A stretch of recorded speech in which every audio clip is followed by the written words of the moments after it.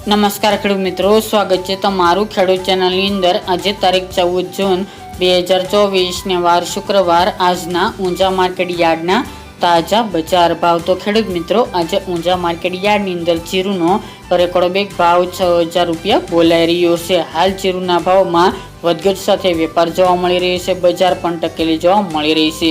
તો ચાલો આપણે જાણી લઈએ કે આજે રાયડો, જીરુ અને અજમાના ભાવ શું ચાલી રહ્યા હતા।